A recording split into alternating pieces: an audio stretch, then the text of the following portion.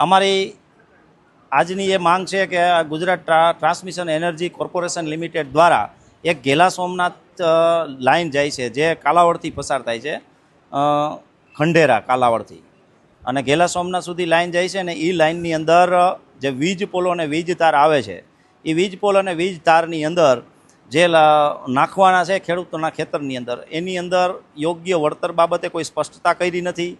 આ લાઇન છે એ સર્વે કર્યો છે તો સર્વે વખતે જે એટેટ્યુડ લોંગટ્યુડને જે લોકેશન આપવાના એ લોકેશન ઉપર અમારી એવી સ્પષ્ટપણે આક્ષેપ છે કે અમારા ખેતરમાં જે થાંભલો આવવાનો નથી એ થાંભલો અમારા ખેતરમાં આવે છે.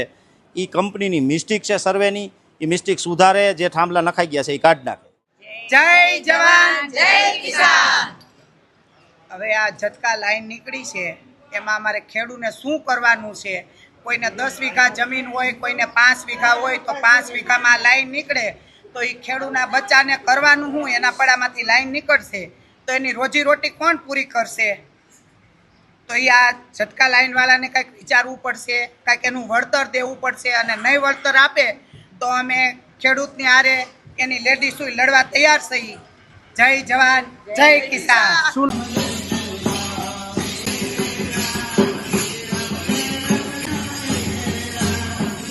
આવી રીતે આયોજન ખેડૂતનું બધું પૂરેપૂરું થાય છે અને બધું કરવાના છે.